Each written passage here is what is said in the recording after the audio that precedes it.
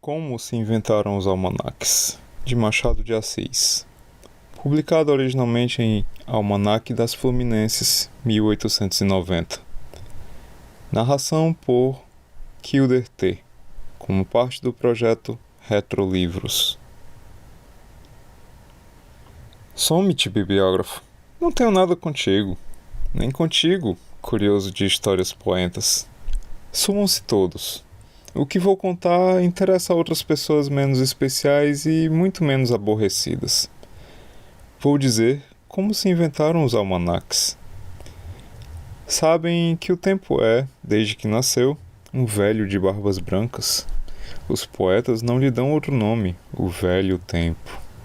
Ninguém o pintou de outra maneira. E como há quem tome liberdades com os velhos, uns batem-lhe na barriga, são os patuscos. Outros chegam a desafiá-lo, outros lutam com ele, mas o diabo vence-os a todos. É de regra.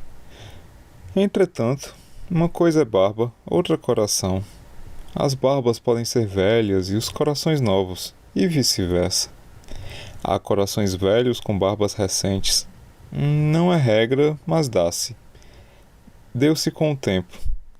Um dia, o tempo viu uma menina de 15 anos, bela como a tarde, risonha como a manhã, sossegada como a noite, um composto de graças raras e finas, e sentiu que alguma coisa lhe batia no lado esquerdo. Olhou para ela e as pancadas cresceram. Os olhos da menina, verdadeiros fogos, faziam arder os dele só com fitá-los. Que é isto? Murmurou o velho. E os beiços do tempo entraram a tremer, e o sangue andava mais depressa, como um cavalo chicoteado, e todo ele era outro. Sentiu que era amor, mas olhou para o oceano, vasto espelho, e achou-se velho. Amaria aquela menina a um varão tão idoso?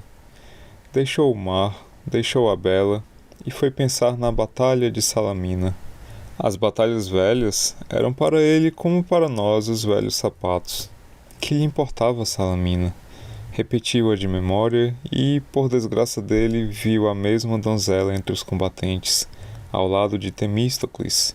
Dias depois, trepou a um píncaro, o Chimborazo, desceu ao deserto de Sinai, morou no sol, morou na lua, em toda parte lhe aparecia a figura de bela menina de 15 anos. Afinal, ousou ir ter com ela. Como te chamas, linda criatura? Esperança é o meu nome. Queres amar-me? Tu estás carregado de anos, respondeu ela. Eu estou na flor deles. O casamento é impossível. Como te chamas? Não te importe com meu nome, basta saber que te posso dar todas as pérolas de Golconda. Adeus. Os diamantes de Ofir. Adeus. As rosas de Saarão. Adeus, adeus. As vinhas de Engadi. Adeus, adeus, adeus.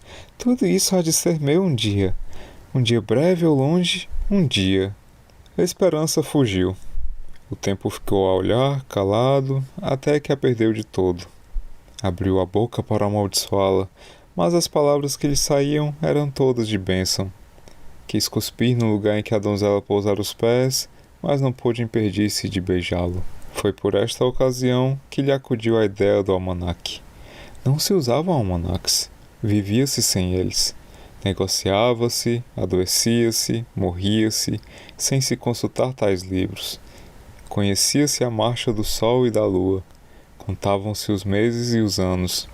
Era, ao cabo, a mesma coisa, mas não ficava escrito. Não se numeravam anos e semanas, não se nomeavam dias nem meses, nada. Tudo ia correndo como uma passarada que não deixa vestígios no ar. Se eu achar o modo de trazer presente aos olhos os dias e os meses, e o reproduzir todos os anos para que ela veja palpavelmente ir-se-lhe a mocidade, raciocínio de velho, mas tudo se perdoa ao amor, ainda quando ele brota de ruínas. O tempo inventou o almanaque, compôs um simples livro, seco, sem imagens, sem nada, tão somente os dias, as semanas, os meses e os anos. Um dia, ao amanhecer, toda a terra viu cair do céu uma chuva de folhetos. Creram a princípio que era geada de nova espécie. Depois, vendo que não, correram todos assustados. Afinal, um mais animoso pegou de um dos folhetos. Outros fizeram a mesma coisa. Leram e entenderam. O almanaque trazia a língua das cidades e dos campos em que caía. Assim, toda a terra possuiu, no mesmo instante, os primeiros almanaques. Se muitos povos os não têm ainda hoje, se outros morreram sem os ler, é porque vieram depois dos acontecimentos que estou narrando. Naquela ocasião, o dilúvio foi universal. Agora sim, disse Esperança, pegando no folheto que achou na horta. Agora já não me engano nos dias das amigas. Irei jantar ou passar a noite com elas, marcando aqui nas folhas, com sinais de cor, os dias escolhidos. Todos tinham almanaques, nem só elas, mas também as matronas, e os velhos e os rapazes, juízes, sacerdotes, comerciantes, governadores, fâmulos. Era moda trazer o almanaque na algibeira. Um poeta compôs um poema atribuindo a invenção da obra às estações, por ordem de seus pais, o sol e a lua. Um astrônomo, ao contrário, provou que os almanaques eram destroços de um astro onde desde a origem dos séculos estavam escritas as línguas faladas na Terra e provavelmente nos outros planetas. A explicação dos teólogos foi outra. Um grande físico entendeu que os almanaques eram obra da própria Terra, cujas palavras, acumuladas no ar, formaram-se em ordem, imprimiram-se no próprio ar, convertida em folhas de papel graças... Não continuou.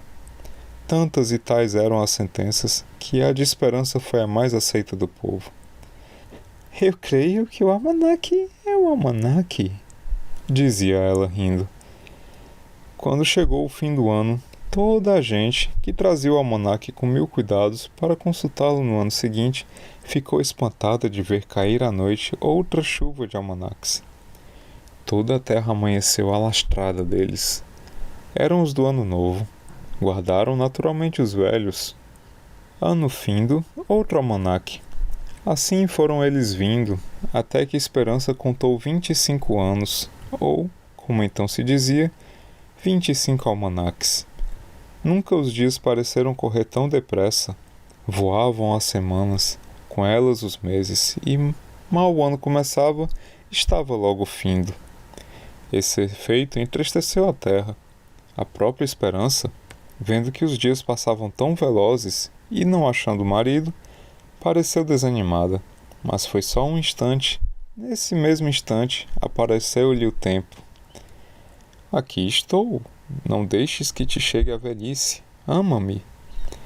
Esperança respondeu-lhe com 2 gaifonas, e deixou-se estar solteira. Há de vir o noivo, pensou ela. Olhando-se ao espelho, viu que muito pouco mudara.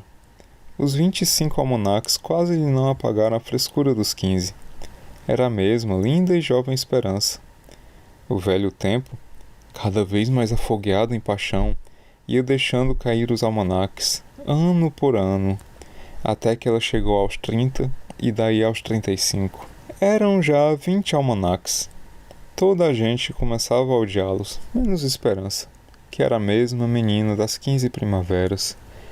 30 almanaques, 40, 50, 60, 100 almanaques, velhices rápidas, mortes sobre mortes, recordações amargas e duras. A própria Esperança, indo ao espelho, descobriu um fio de cabelo branco e uma ruga.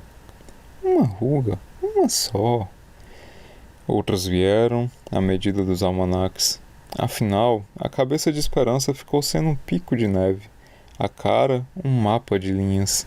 Só o coração era verde, como acontecia ao tempo. Verdes ambos, eternamente verdes. Os almanaques iam sempre caindo. Um dia, o tempo desceu a ver a bela Esperança. Achou-a anciã, mais forte, com um perpétuo sorriso nos lábios. Ainda assim te amo, e te peço, disse ele. Esperança abanou a cabeça, mas, logo depois, estendeu-lhe a mão. Vá lá, disse ela. Ambos velhos? Não será longo o consórcio. Pode ser indefinido? Como assim? O velho tempo pegou da noiva e foi com ela para um espaço azul e sem termos, onde a alma de um deu à alma de outro o beijo da eternidade. Toda a criação estremeceu deliciosamente. A verdura dos corações ficou ainda mais verde.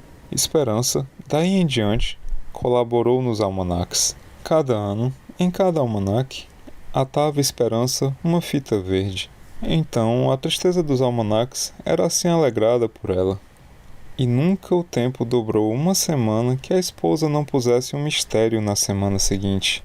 Deste modo, todas elas foram passando, vazias ou cheias, mas sempre acenando com alguma coisa que enchia a alma dos homens de paciência e de vida. Assim as semanas, assim os meses, assim os anos. E choviam almanaques, muitos deles entremeados e adornados de figuras, de versos, de contos, de anedotas, de mil coisas recreativas. E choviam e chovem. E hão de chover almanaques. O tempo os imprime, esperança os brocha. É toda a oficina da vida.